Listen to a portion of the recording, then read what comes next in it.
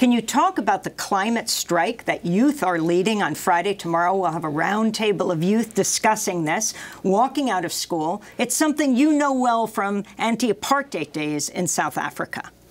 Well, yeah. I mean, I walked out of school when I was 15. It's a little bit of deja vu, but let me just say these kids are much more smarter, much more strategic, much more you got sort of thrown networked. Out. Yeah, I, together with thousands, were expelled from school for that reason. And you were 15 years old. Yeah, I was 15. But and so you've asked now schools around the world to do the opposite. Yeah, and you know, I would argue that my act, together with my fellow young people in South Africa at that time, was actually an educative act. We learned actually from being part of trying to shape the history of our country. These young people are shaping the history of the world. Democracy Now!, as you know, has been covering climate activism for a long time intensively.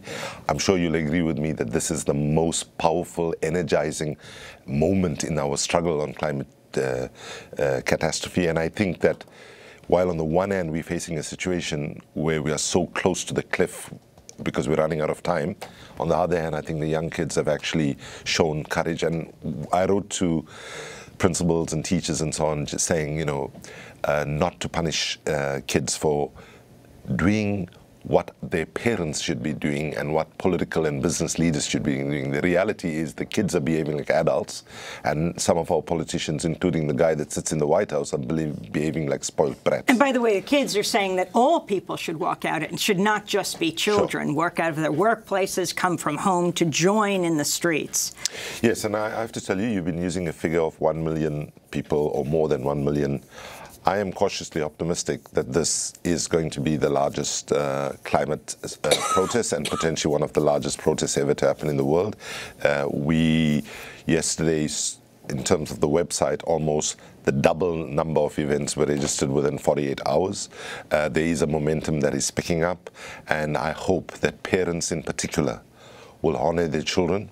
Those parents that are able to participate and join wherever they are in the world, we encourage them to do that, because what is at stake here is not saving the planet. It's actually securing our children and their children's future, and therefore it's right that children are in the front line when their politicians are not willing to protect their futures. Could you talk about what's happening to climate activists around the world? Well, actually, this is exactly the conversation we had with the UN Secretary General yesterday, where we pointed out to him that according to Global Witness, last year, for example, every week, 3 environmental activists on average were murdered, right? Most of them every week. By the way, the statistic in previous years, for the last several years, was 2 per week. It spiked since the Bolsonaro election, for example. And in Brazil. So what we see, it's global, that's a global average, but there's a disproportionate number of people being killed in the Amazonian area and in Latin America. But it's important that we recognize that the repression is not only about murder, but the attacks in terms of online attacks.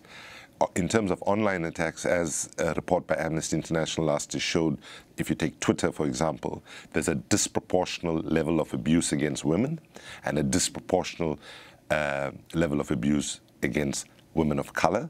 And now we are seeing that young people are particularly also in the front line of this attacks by usually politicians, the handful that are still denying the climate science.